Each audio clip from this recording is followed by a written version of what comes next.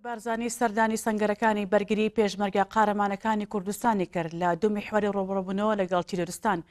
سەرۆک بارزانی وێڕێی بەخشینی ڕێنمایی و بەرچاوڕوونی پێویست بۆ فەرماندە و پێشمەرگەکان لە وتێکدا ئاماژەی بۆ کرد کە مەبەستی بووە لەگەڵ خانەوادی سەربەرزی شەهیدان و پێشمەرگە قارەمانەکان یادی نەورۆز بکاتەوە.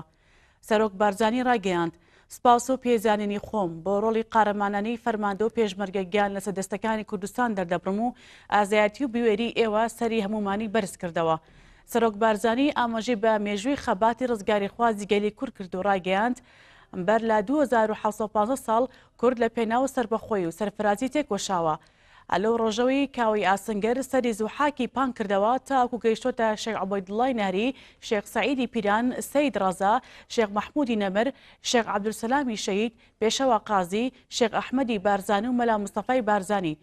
ئەمڕۆژ ڕۆڵەکانی ئەو قوتابخانەی بەرخودان لە کۆبانێ تا خانەقین و شنگال مێژوویان دووبارە کردەوە کە گەورەترین ڕێکخراوی ترۆریستی جیهان تێک بشکێن و هەموو دنیا پێیان سەرسام بێت.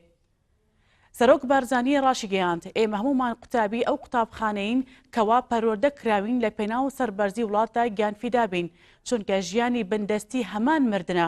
بۆیە دوای ئەو هەموو قوربانیدانی گەلی کورد لە ئەنجامدا دەبێت دەستکەوتیش لە ئاستی ئەو قوربانیدانەدا بێت گەلی کورد ژێردەستەیی قبوڵ ناکات.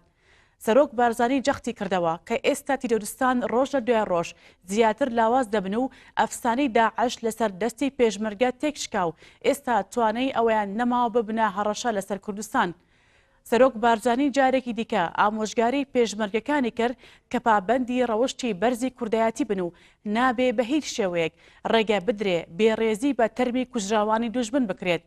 لە کۆتاییشدا سەرۆک بارزانی گەلی کوردستان و پێشمەرگە قارەمانەکانی دڵنیا کردەوە کە ئاڵای کوردستان هەر شەکاوە دەبێ و کوردستان هەر پارێزراو دەبێت.